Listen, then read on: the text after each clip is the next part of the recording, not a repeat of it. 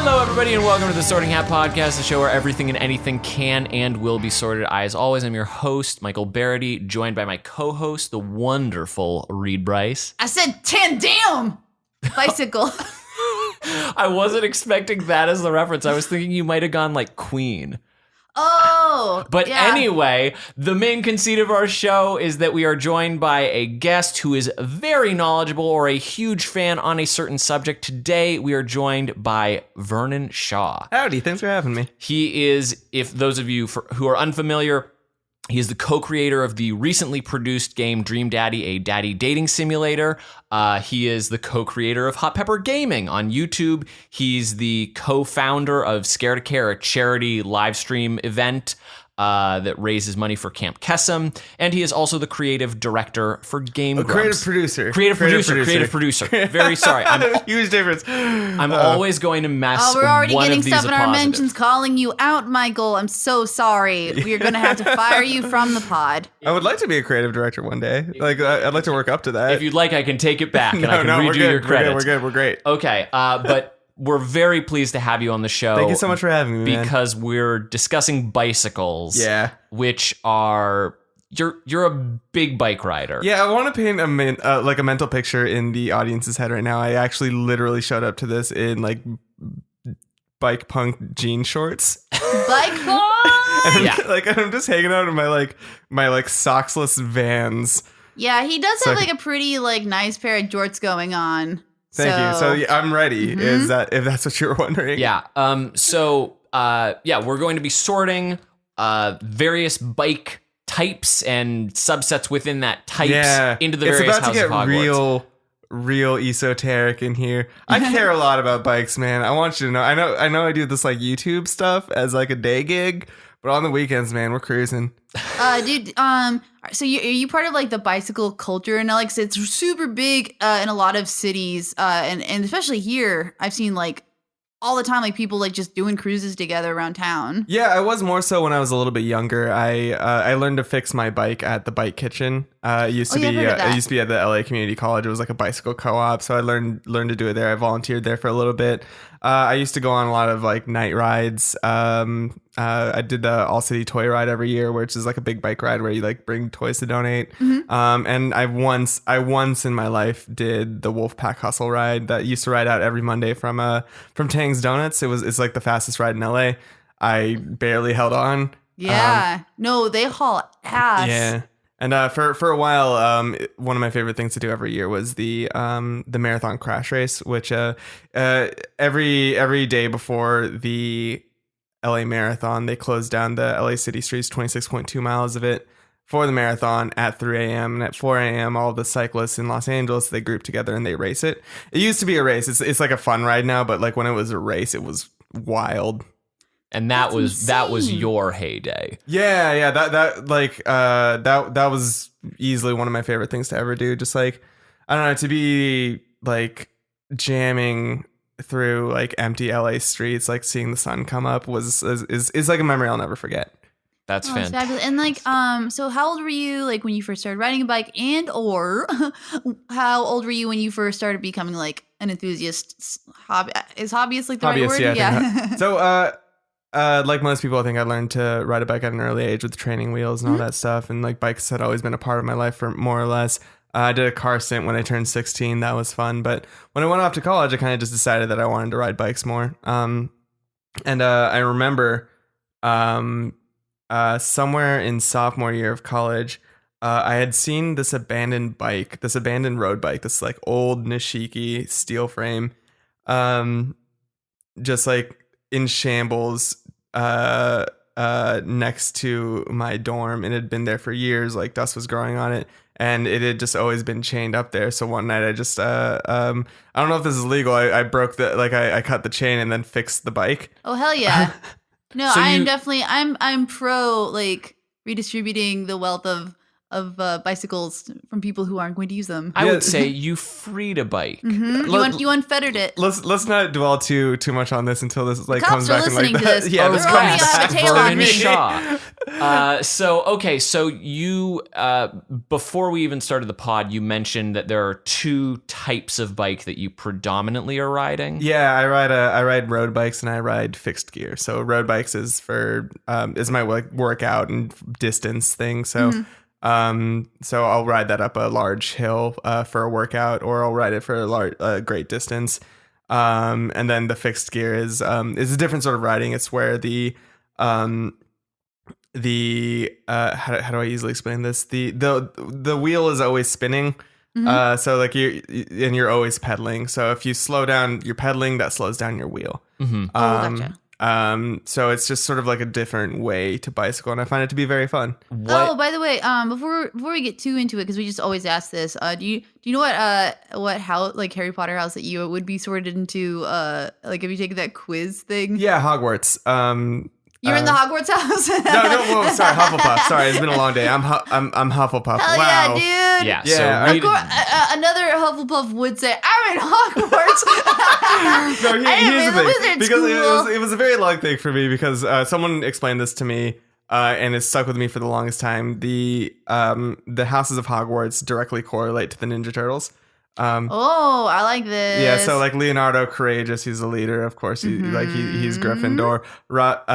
Donatello, he's smart. He's inquisitive. He's a Ravenclaw. No, sorry, he's a Ravenclaw. Yeah.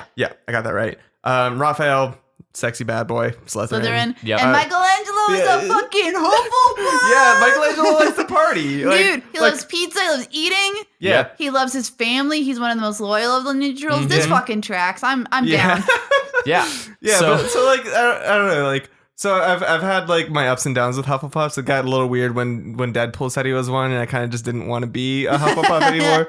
But all in all, I think that Hufflepuff in the movies and in the books, just I think people who are Hufflepuffs need more positive role models who are Hufflepuffs, and I'm trying to be that. Oh, that's beautiful. Well, also because like I also feel that they kind of just like push anybody who doesn't directly fit into the other houses into Hufflepuff. Right. And there are, so like they definitely like say that there are like distinct characteristics of it, but then in practice, it's just everybody who's not a cool kid, an evil kid, or a smart kid gets into Hufflepuff. Do you subscribe to the theory that Neville Longbottom was a Hufflepuff?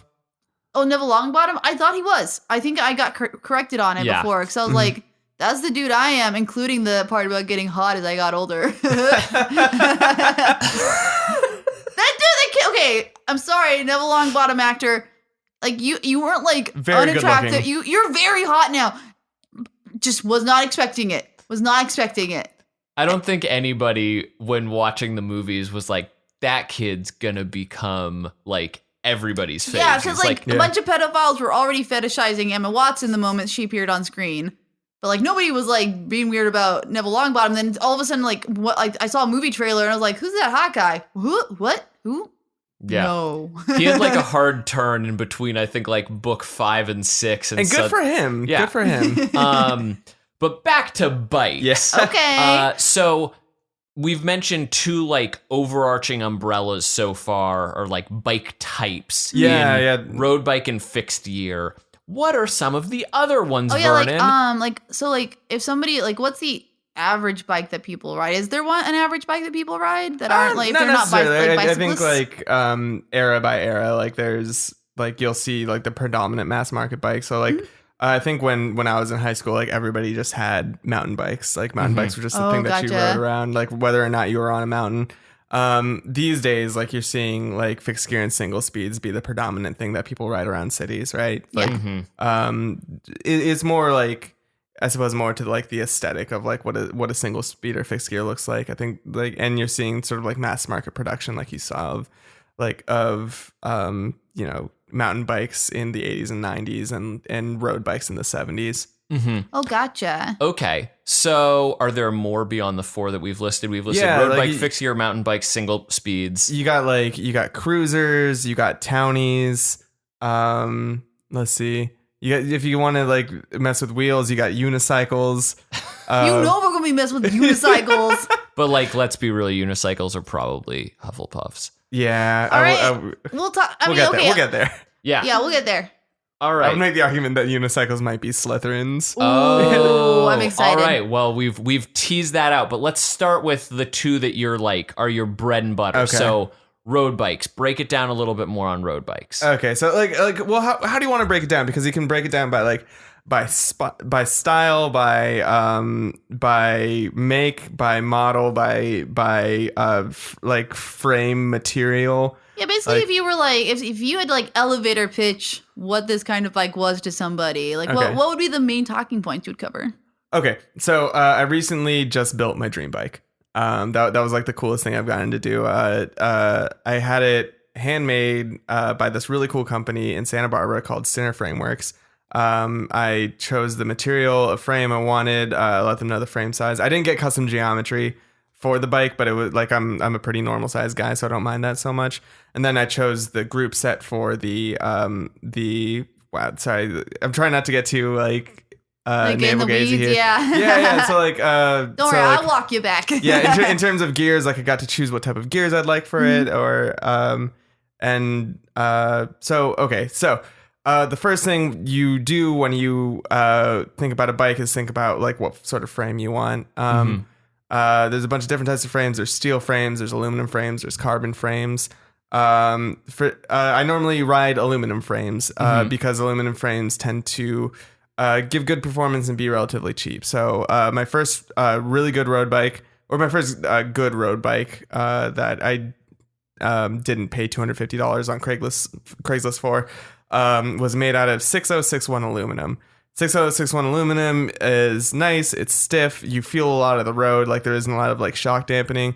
It's not as light as 7005 aluminum, which I've never had a bike of. For this, arguably the best lightest material you can make a bike out of is carbon, like a carbon frame. Right. There's a couple things about that. It's super light. It's super stiff. You feel a lot of the road. But the thing that sort of turns me off about carbon is that they have a relatively short shelf life. So like they say to ride like carbon for maybe about 8 years, because the thing about like a steel frame is that if your frame starts breaking, you'll see a crack and you'll be like, hey, I don't want to ride that anymore. And same for aluminum. But if a carbon frame cracks, its failure point is like that. So if it cracks, then the whole thing crumbles under you. And there's very little indication as to when that would be. Right. So like, so you just have to know in 8 years. Yeah, it's great for competitive. It's great. It's great for a lot of different people. But like, I just know that like, if I'm getting a bike, I want to kind of have the confidence to ride it for the rest of my life. With those listed aluminum, steel, and carbon types, are those also available for these other bike types, or are those? Yeah. Okay, they are. So I noticed on road bikes, is it true like those are the ones that are kind of like more drop down? The drop handlebars, like they say it's like a more aggressive geometry, right? So the goal is to sort of like get you in a more aerodynamic position. So you're like it's like those motorcycles where you're kind of leaning like towards the like a sport bike. Yeah. Like absolutely. Gotcha. So like the cool thing about road bikes is like its goal is to take your strength and your physicality and transform it into something that will make you go as fast and far as possible. Gotcha. So are these the bikes that you'd predominantly be seeing in like a Tour de France sort of situation? Yeah. So all of those. You say Tour de France? Yeah, dude. As in Paris, France? Is that how you say it? Sorry. You sound like Jada De Laurentiis right now on her cooking show. At the Tour de France? Yes. So yeah, you'll always see those are always nowadays like carbon frames, and they're so light and so like sort of like technologically advanced that they actually put weights on those bikes to bring it up to UCI specs. Oh wow! So yeah, so they come in light and then they add weights onto it so that like it will pass an inspection. It's really, really interesting. But for the bike that I built it steel. Because steel has come a very, very long way since like the mass market production of the 70s. Like steel used to be like the heaviest thing. It's sort of like the most comfortable ride because like steel just absorbs all of the shock. But like nowadays, steel is just steel can be near as light as like a good aluminum. So my bike as it weighs right now with everything on it is 19 pounds. That's wild. Yeah. And it's the first bike I've ever owned that I was able to get under 20 pounds. Like my fixed gear is I think maybe like 20 or 21. That's almost how much I weigh. So the tires are more narrow on this kind of bike, right? Than like say like mountain bike. I think it's like probably the one that people our age are the most familiar with. But this looks like it's a lot thinner. Does that? What's the benefit of having those kind of tires? The thinner they are, the faster you'll go, really, because like it's just so this matter is all of about surface area. Cutting. Any strip away any resistance that might exist on the bike. So on my road bike, I ride 25 millimeter tires, and on my fixed gear bike, we're metric, which is we're in this kind of hobby. on my fixed gear bike, which is like built to look and feel more aggressive, it's a 23 millimeter. So normally, like in tours, you'll see mostly 23 millimeters, like Tour de France type stuff. But they're like people are making the people in the competitive circuit are making this is very esoteric, the move toward like 25 and 28 millimeter tires. Gotcha. So is this bike the lightest of the bikes? Yeah. Okay, gotcha. That'll be the like road bikes.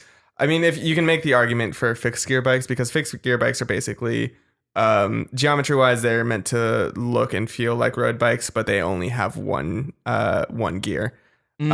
For my road bike, it's a system called a derailleur and a front derailleur.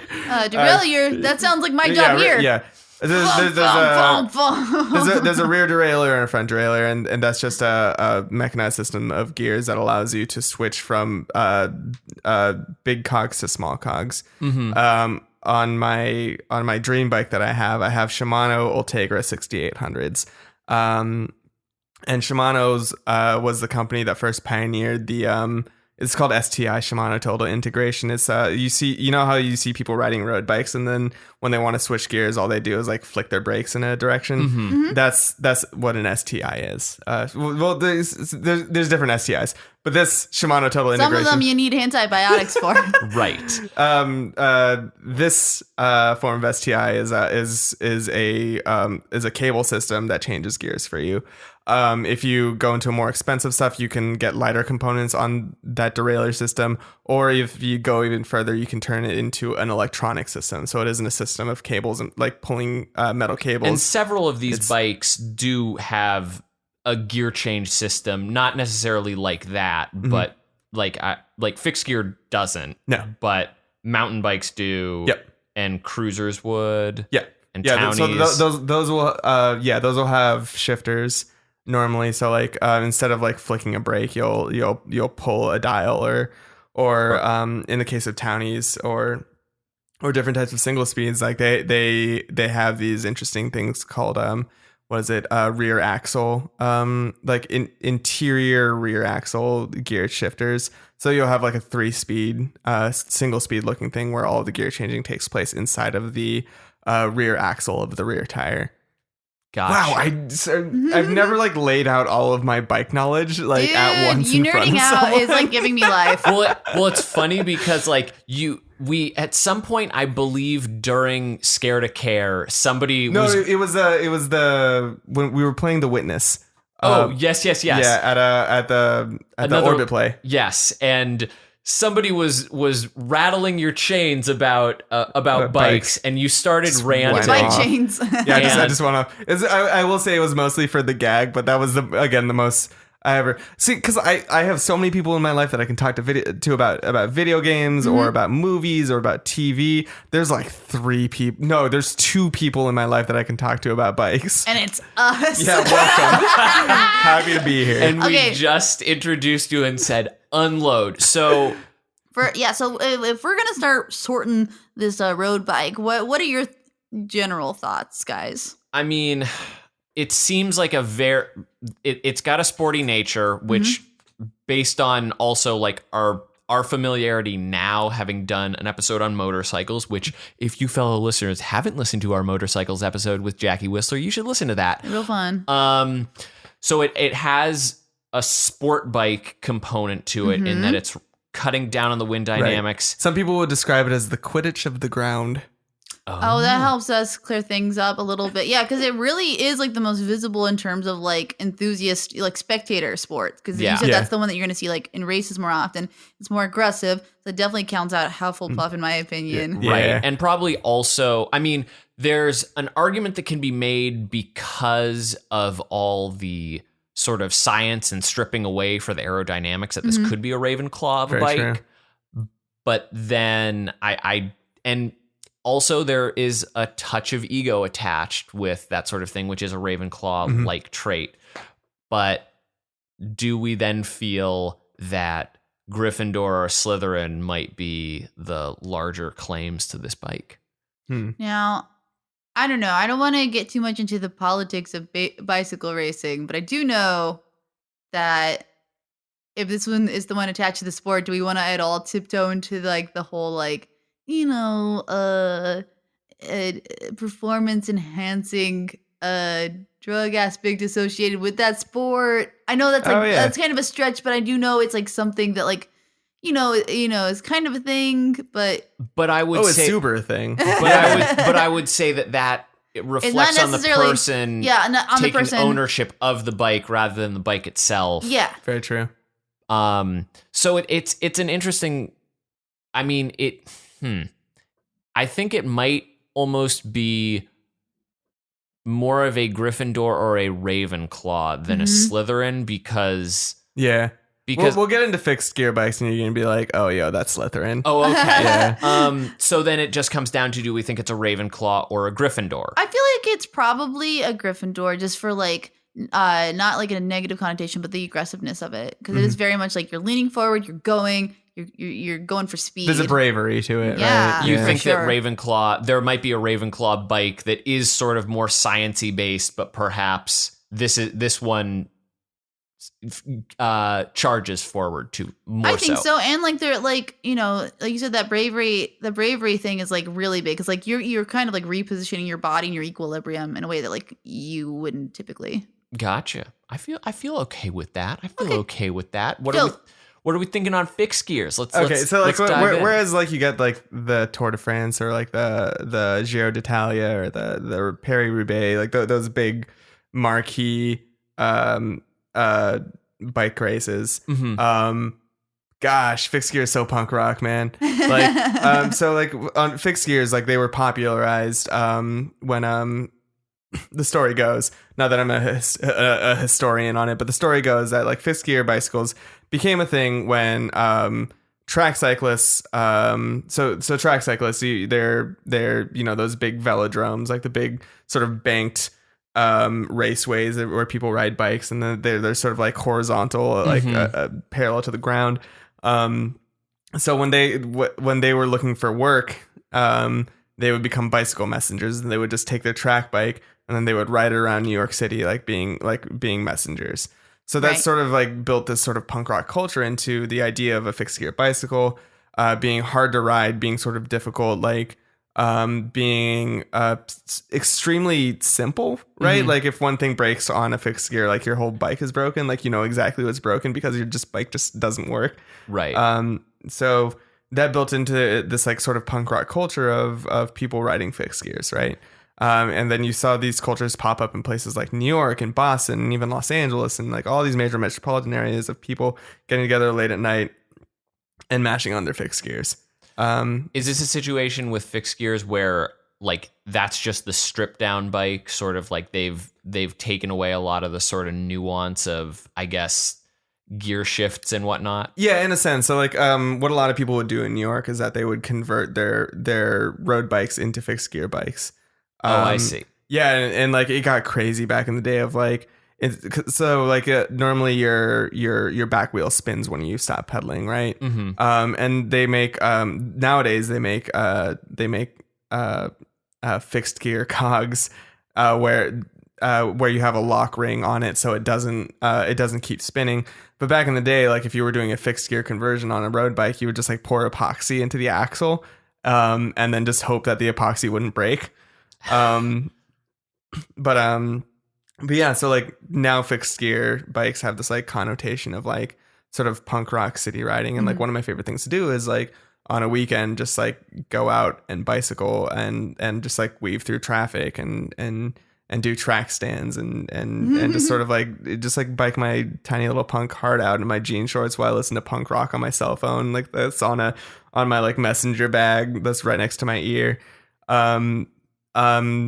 But past that, people have built a sport into it. So they there's a lot of like sanctioned sports. So these are called criteriums of like a race that takes place on a course where you do laps, right? Mm-hmm. So like a big one is like the Red Hook Crit, which is a fixed gear only bicycle race that takes place in Red Hook in Brooklyn, I think, where you're racing around a set course, and people come from all over the world to do it. Past that, you have what are called alley cat races, which are meant to emulate what a bicycle messenger's day will look like. So you'll get to a race, and they'll give you several destinations throughout a city, and they'll give you a manifest of everything that you're supposed to do at this location, and you're supposed to find your own way through traffic to get to those drop-off points. Oh, That's wow. dope. Yes, and you find it. I've done it once in my life before. And also probably fairly dangerous. Yeah. I've done it once in my life before, and I did it on a geared bike because I was too afraid to do it on a.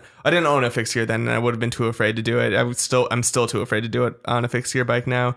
But it was like one of the coolest experiences I've ever been in, of just like fighting through Los Angeles traffic, Mm-hmm. kind of being I want to say blasé about the rules, and just like and just trying to get from point A to point B as quickly as possible. Traffic be damned, right? Gotcha. So Yeah. like that, it was really, really, really cool.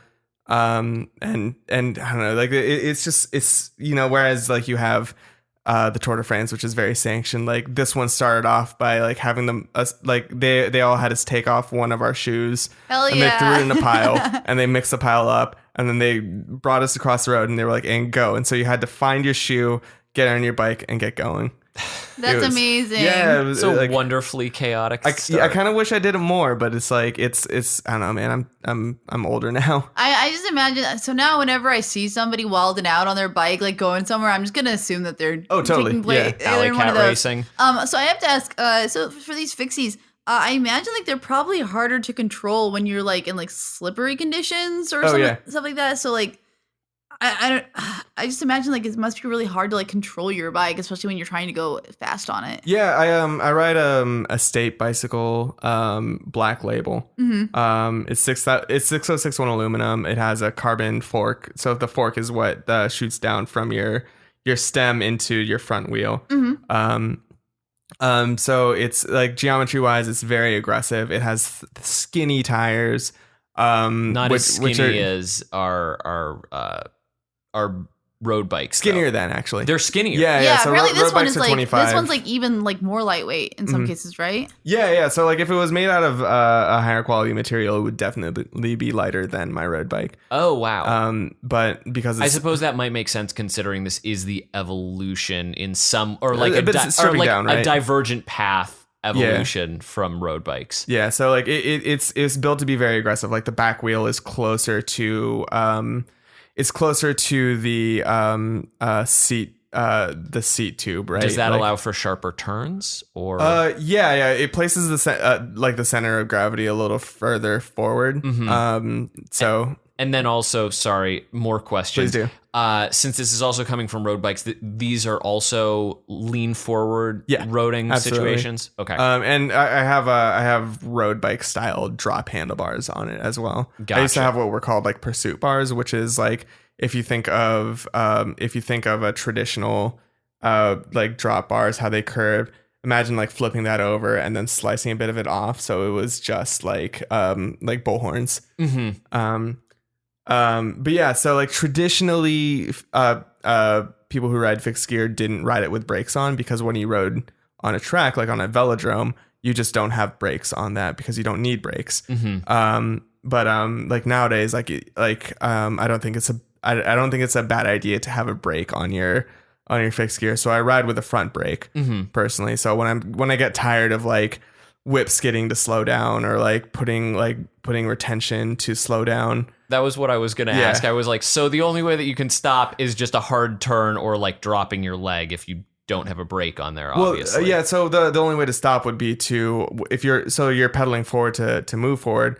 If you imagine yourself like pedaling backwards, like putting resistance against the bike, right? Gotcha. So and past that, there are more technical ways to slow down. So what people normally do is called whip skidding, where you sort of bunny hop, but only bunny hop the back wheel and sort of whip it to the right or left, and then have it land down on the ground and to make it start skidding.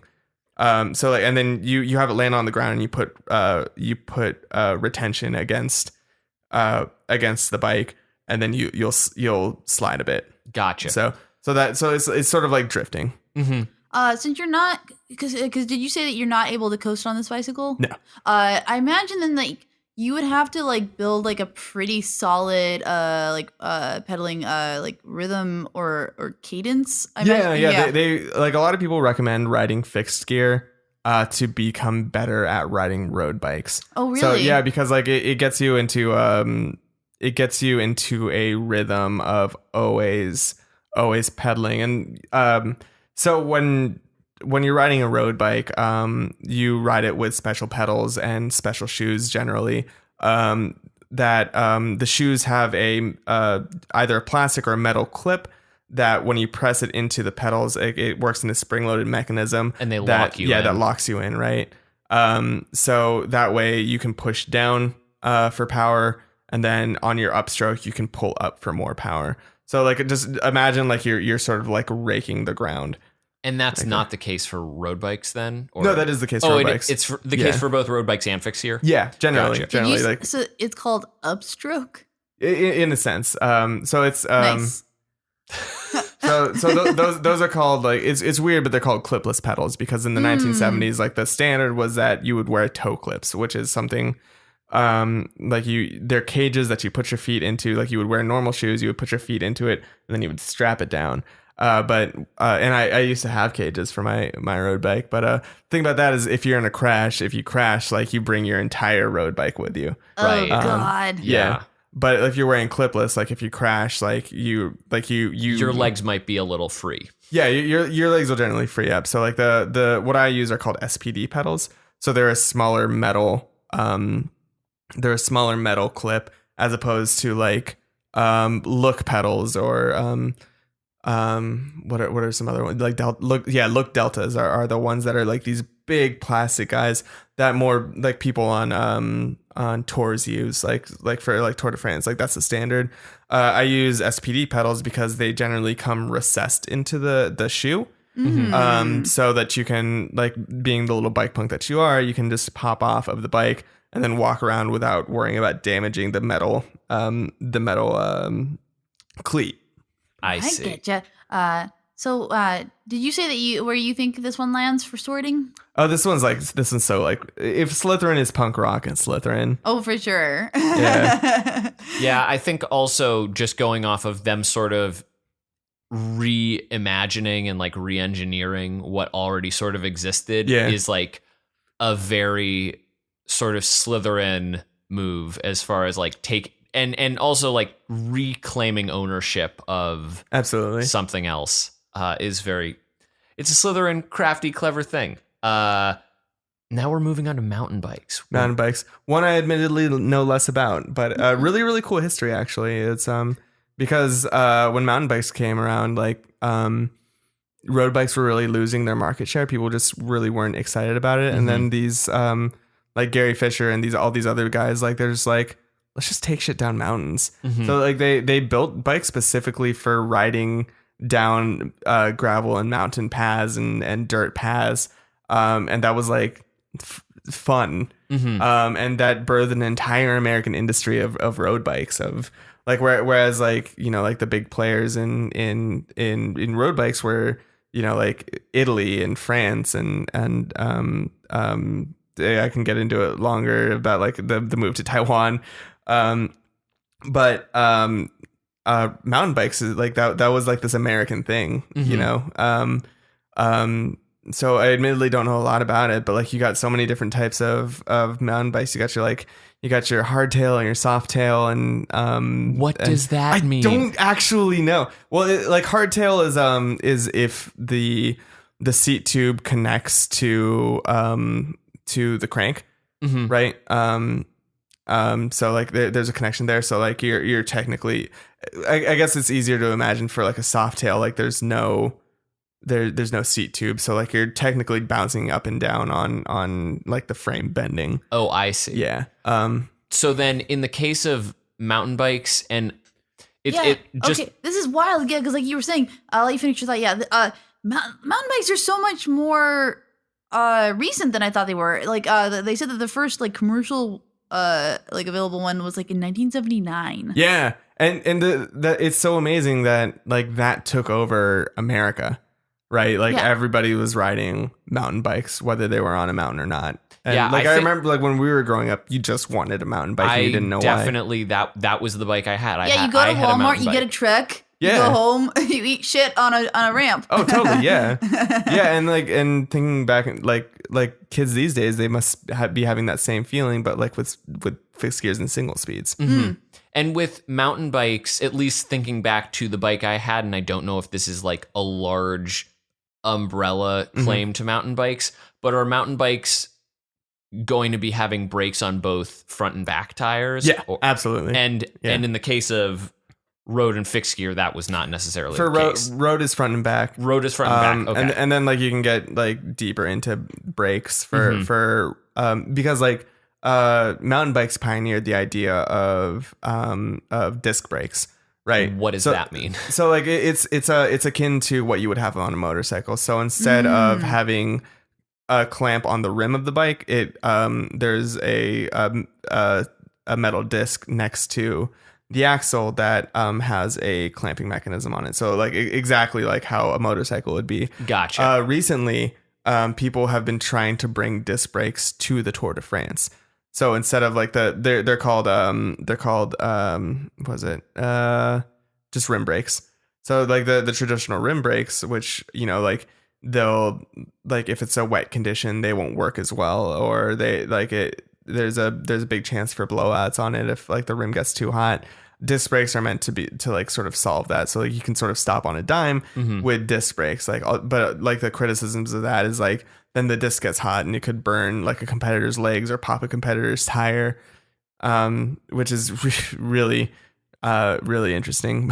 Interesting to me. But so the argument are you saying like that's interesting as in I don't buy it, or interesting as in like you'd want to see it tried? I don't personally get the criticism for disc brakes. I don't ride disc brakes personally because it would have added another like $300 or $400 onto a bike purchase. So they are more expensive. Yeah. But then the criticism, and I don't think it would change much of my ride. Right. And then the criticism on the side that is opposing is they're claiming for safety reasons. Yeah, they're saying it's more dangerous. So like it's having a tough time coming over to the Grand Tour. Is right? that also potentially a cross country or like a country clash, since disc brake is an American? I don't necessarily think so.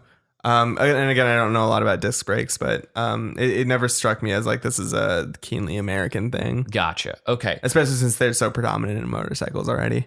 As I'm looking over this, like, okay, is it true that like bikes can have like over 20 speeds? Yeah. Yeah. What? Okay, so what you have is your front derailleur and your rear derailleur. All right. So on my road bike, my front derailleur has 2 cogs. It's called a mid-compact derailleur. So the bigger cog will be something like 50 teeth, and then the smaller cog will have like 34. So you can switch between those two. So I go into the 34, the mid-compact, when I'm climbing a hill. So when I need a lot of torque to get up to a hill, like on my front derailleur, I'll switch over to the smaller cog because that'll give me more torque. On the back there's traditionally 10 or 11 cogs. So you just take the number in the back and multiply it by the number in the front. So if I have 2 in front and 11 and back I have 22 speeds. And do you feel like having all of that, does that just like make it like so you can more like a nuanced way like adjust how you need? Yeah, I'm constantly changing gears, especially when I'm climbing a hill. Yeah, if I recall correctly, I had a 21 speed mountain bike that had I don't know how you get okay, now I'm starting. Okay, because I have a third bike. It's the bike I use for camping. So like I like bicycles and I like camping, and it turns out there's a hobby where you get to combine the two. So I'll just load up a bunch of stuff onto racks, and then I'll ride my 86 Cannondale. I did it last weekend actually. I rode to Point Magoo, which is about 50 miles away, and then I camped overnight and then I rode back. But that has touring gears. So is that what I'm referencing? Potentially, because that has 3 teeth in the front derailleur, and then however many teeth in the back. So I would assume 7. Yeah, so 7 times 3 makes 21. I remember it being 3 and 7. You seem more familiar with bikes. I'm going to tell you something, fellas. This is a struggle session right now. I learned how to ride a bike very, very late in life. Like I think it was in 5th or 6th grade. And then I kind of just never did it again afterwards. So I'm not entirely sure if I still know how to ride a bicycle. Oh, you still got it. Oh, no, got it. See, the thing is, like, I think people spend so much time associating riding a bicycle with being young. Riding a bicycle doesn't stop being fun, right? Like no matter how old you are. Like, well, the thing that I recently started doing, and I say recently and started doing as if I do these things all the time, but whenever I've had the opportunity to travel to another country, I've done bike tours around cities. And like I had the good fortune of not so like 5 years ago, I went to around Europe and I did a bike tour in Paris, which was incredible. And then more recently, my brother and I did a bike tour in Tokyo, and that was also a lot of fun. Oh, that sounds amazing. But like, yeah, getting to ride around the city, it also, like, you're a madman for riding a bike in Los Angeles because traffic. It took a long time to learn where to place myself in traffic. They're very antagonistic I really hope in a couple years I'm not dead from a bike accident, and then you go back to this specific podcast and be like, yeah, he was very confident about it. In your defense, I'm going to do a public service announcement. This is something that legitimately a lot of people don't know. Bicycles legally are supposed to be on the street. They shouldn't be. They shouldn't necessarily be on the sidewalk. So if you try to fucking bully somebody in your car for someone just being on the street, no, that's in the DMV fucking guidelines that they're supposed to be there, and they're supposed to allow to take up as much of a lane as you fuckers. Yeah. So don't run them over. Don't tailgate them. Just be fucking decent. It's sort of like an education thing, right? Like, like people get angry, on both. Like, I don't know, man. Riding in Los Angeles, I have been yelled at. I've been into verbal altercations. Like, people scream at me. People like throw things at me. It's awful. And people often go like, "Okay, it's because like bicyclists don't follow, the laws," and that's true in like some cases. True, yeah. But also, every time I'm ever with somebody who goes aggro on somebody on a bicyclist, they're just like minding their own business and like following the law. It's a bit of empathy is needed on both sides, right? Like I think that if more people in cars tried riding bikes, and if more people on bikes tried riding cars, there would be a little bit more understanding of like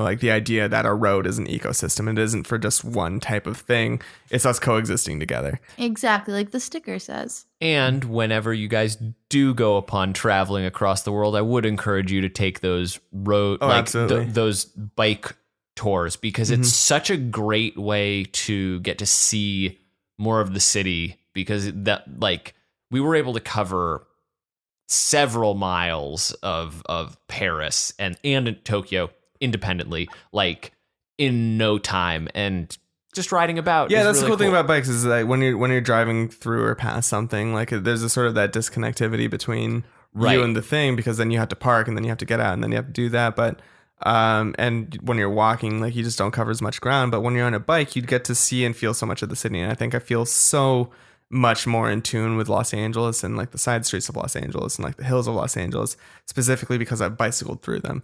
Hills in Los Angeles. Hills are like mountains. Mountain bikes. How are we going to sort them? Bad transition. You told me you tell me to go ride a bike through a countryside, but you know my ass is lazy. I would sit on an escalator if they'd let me. Nah. But it's like usually fairly level. Granted, I think in Tokyo we were climbing some hills a little bit, but overall it was pretty straightforward and clean and breezy. Like like riding a bike around the Eiffel Tower was like very, very cool. Yeah.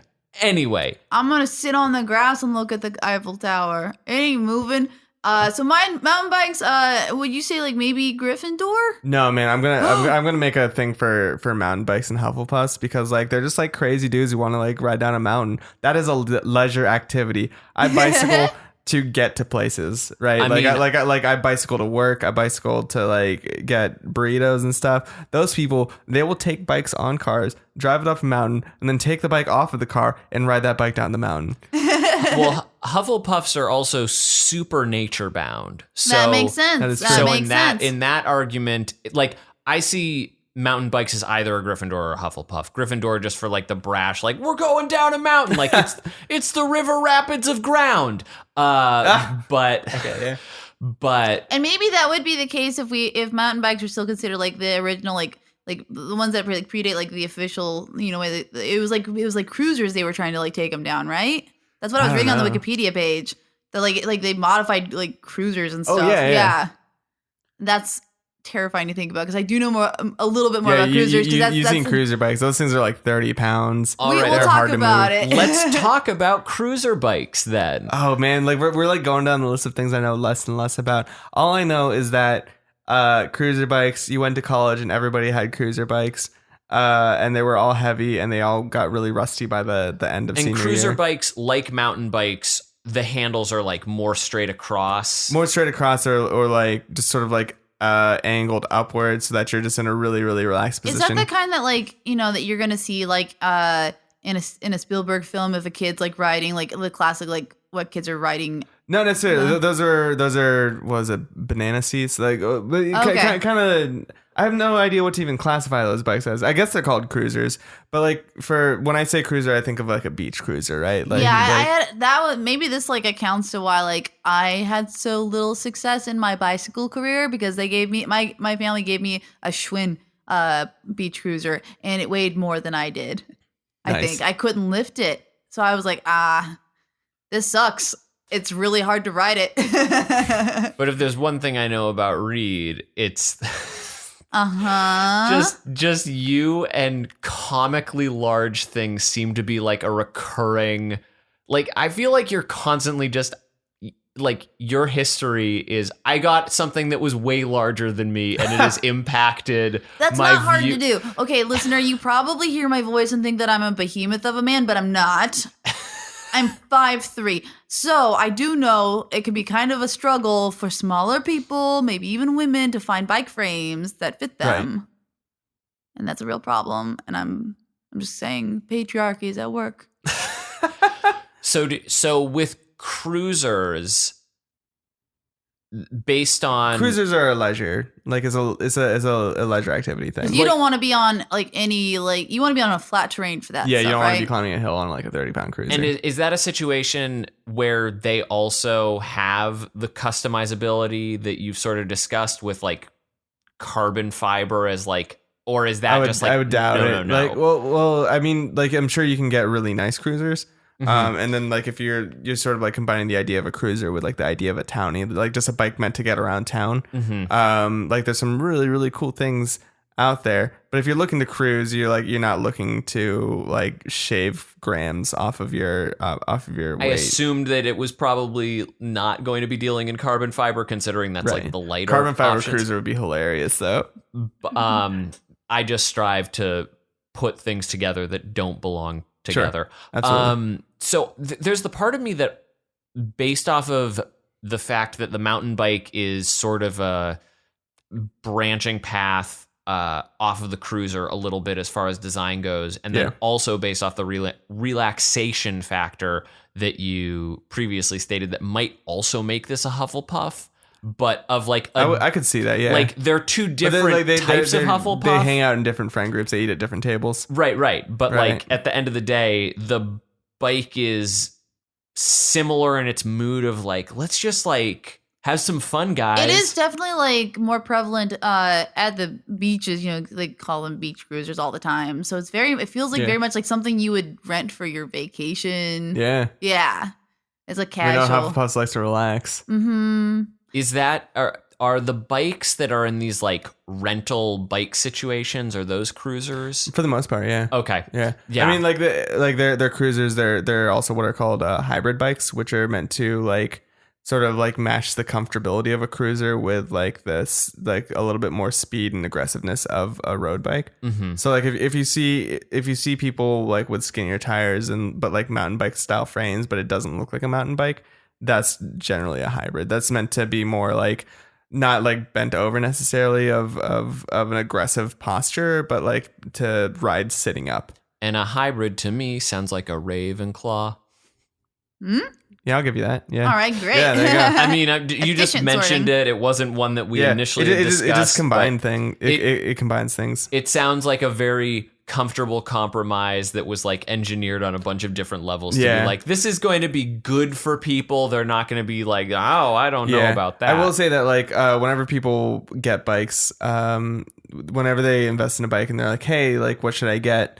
Because I'm the only bike guy they know generally. They like a lot of times they end up getting a hybrid. And then after riding it for a while, they're like, I want to go faster. And I'm like, you should have gotten a road bike. Should have just done that from the top. Gotcha.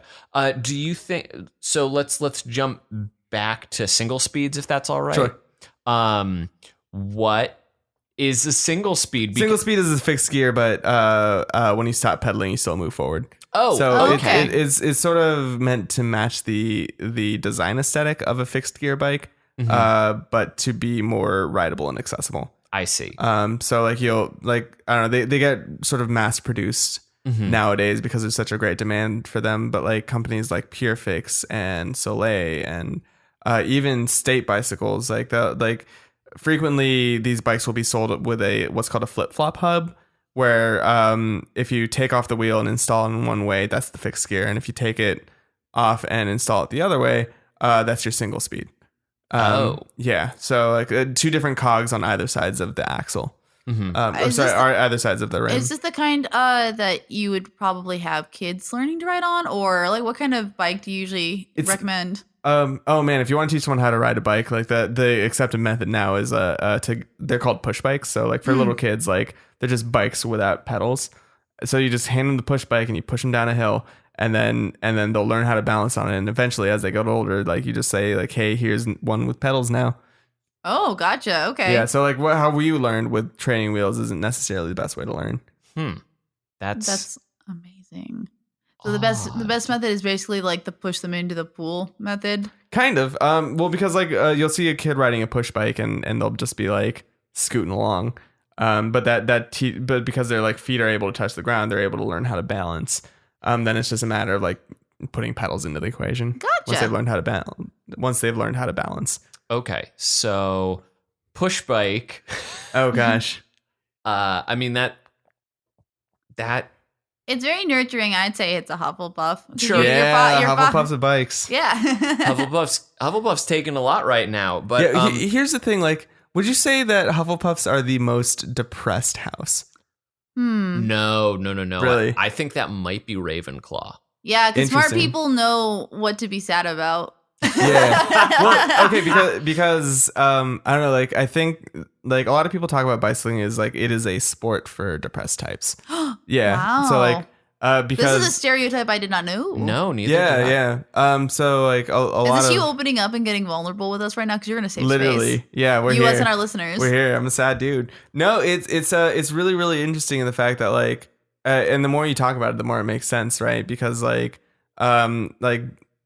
bicycling up a mountain is it's a solitary experience and it hurts. It is. And I'm sure it also just can like represent life. any metaphor you want it exactly, to. Yeah. working through. So like so much of being on a bicycle is being alone with your thoughts and with your body. And I think that attracts some like certain types of sad, right? I would say, well, it's interesting because when I think about that, because my main exposure to cycling now is when I'm just doing cardio at the gym, right? Which before I started doing like just 15 minutes to get my heart rate up, was spent time swimming, and I found that very meditative. Like I find cycling is a little bit tougher for me, just in the fact that like the machinery there can like monitor my heart rate and be like, you're not at 150 BPM or whatever. Like now I have to punish you more. So I get the sort of punishment aspect. Yeah. But I think there is something, at least if you're flat cruising, I think there's like more of just a meditative zen, like I can be anywhere. Yeah, it's true. And like, cause like I'm a guy who deal I guess vocally deals with like depression and anxiety, and like one of the happiest things in my life is being able to bicycle up a mountain, like just like being by myself in nature, like trying to better myself, right? Sorry, that was a weird tangent of I like that. That was actually a good selling point for me because I'm always looking for a new place to cry. Yeah. But so you're a view person then? Yeah. Like, man, we need to go hiking sometime. Oh, no doubt. See, the cool thing about bicycling is that like you earn your downhills. Right. Like you bicycle up a hill. Like one of my favorite things to do in Los Angeles is to bicycle up to the Griffith Park Observatory, which is a really solid view. Yeah, and then I go there, I look at it, I'm like, that's Los Angeles, and then I get to go really fast downhill. So like there's the work up to get, like, you earn your view and then you earn your downhill. Yeah, that sounds super rewarding. Which I think, I mean, that has to at least leave you feeling more positive if you are in a depressive state. It always puts me in a better mood. Yeah, because you exercise, people get your endorphins. I hear. You hear? I'm told. Oh, that's such a great, like, quiet claim of never been to the gym, Yeah, no, guys. I said that and I slunk against a wall, people. If I'm just real honest. You didn't see it, but I'll admit it. Yeah. I couldn't even hold myself up. We still haven't sorted single speeds. Oh. Single speeds? Okay, so single speeds are meant to be the more accessible version of Slytherin. Accessible Slytherins. They exist. Yeah. It like, because I always imagine, like, whereas like Slytherin, and as I'm saying this as a Hufflepuff, but like whereas Slytherin is like Sex Pistols, like Hufflepuff is like, I want to say like Green Day's American Idiot album, you know. Just a little more accessible. We're also tapping into one of your other favorite things, which is just vaguely music. upset about politics. So, all right, we've sorted road bikes, we've sorted fixed gear, we've sorted mountain bikes, we've sorted single speeds, we've sorted cruisers, we've got townies. Townies will be well, townies are like the classier version of cruisers, right? Like when I'm older and when I'm living, I assume in exile, in some sort of like European town, I will take my townie to go get my baguette and cheese from the market, and then bicycle back to my home. And I assume eat the bread and cheese. You haven't thought it through entirely. So That's in this scenario, you're in some small like southeast town in France. Yeah. Okay, so that's your European country of choice. Yes. Okay. All right, we all need to choose one, Michael. Go with your gut. What are you saying? I mean, I really liked Prague. Okay. Like when I'd like to actually go to more of the Czech Republic, but the time that I spent in Prague, although I did feel like I had a really solid sense of the city in like the 3 days I was there, I want to explore a little more. There's this one place, it's called Kutnahara, I believe, and it's got a Sedalic bone temple. Nice. Love a good bone temple. That exists in like a silver mining town. That they were just like, hey, and we've also got this temple of bones that I didn't get to check out, but I want to check out. Maybe that's the place I'm gonna go to. Indiana Jones and the Temple of Bones. Yeah, dude. That's wild. Where's your European? I guess any of those like Scandinavian ones where they have like fermented fish. Any of those sound good to me. I like that the draw for you is like, I gotta have that fermented fish. Dude, as long as the food's good, I'm there. Okay, so townie. I lived in Joshua Tree for a while, and townie is like a disparaging term for tourists. Is that a connotation that's like attached to the bike, or is that like no? That's like, you unrelated. Say, like, it's like a coincidence. It's your town bike. Oh, okay, cool. I thought you were going to say like I thought it meant like it was a bike for townies, like how in Chicago for townie assholes to rent and go ride around. Oh, okay, interesting. I don't because like you would call townies like in Boston, like some or was it? I don't know a lot about Boston, but like townie was, I think, a negative connotation there. Because we would be like, oh, they're coming from LA, they're fucking townies. Okay. Yeah. Oh, they wouldn't call you townies for living in the town? Maybe I got it backwards. Yeah. I don't remember. I just know that there was like some negative connotation to it. In all cases, it was a slur that is not associated with the bike. No. Okay, well, fine. I'm gonna dig deeper. I'm a townie truther. So townies are not a slur and also a bike that are just sort of egalitarian, it seems. I guess, yeah, meant to get work done, right? Like if I owned a townie bike, I would take it to go get groceries. And they because have it would have a basket on it, and we would like. Are they in a similar weight class to cruisers? Yeah, I would argue that they might be a little lighter. Okay. At least the ones that like I look at Linus bikes a lot. And they're just meant to be like a comfortable ride that doesn't have like the sort of like curved geometry of a beach cruiser. So going back to what Reed previously pitched out, and then what you just said, maybe Elliot in ET has a townie. God, yeah. What are those called? Like the 70s bikes with a. Hold on, I'm doing the research right now. Yeah, the 70s bikes with like the banana seats and like the little like cruiser back thing, and well, it also had like the basket. Yeah, I mean, it was fun, like the ones you saw in Stranger Things, right? And like actually haven't Geeks. Watched Stranger Things yet. I know everybody has told me I need to watch Stranger Things, but I was behind on Game of Thrones, so that took precedent. Oh, I got caught up last night personally. I'm gonna watch Stranger Things right before season 2 starts, so I'll just be able to like plow Internet through. is saying that it's BMX called Kuwahara, which I think you might have mentioned previously. Nah, that ain't me. That ain't me.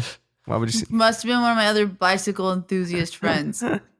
Well then, on the simple note of, based on everything that has been said, regardless of whether or not it's used in a Spielberg film, townies seem like they're not Slytherins. Yeah, they're probably not Ravenclaws. They're either Hufflepuff or they're Gryffindors, right?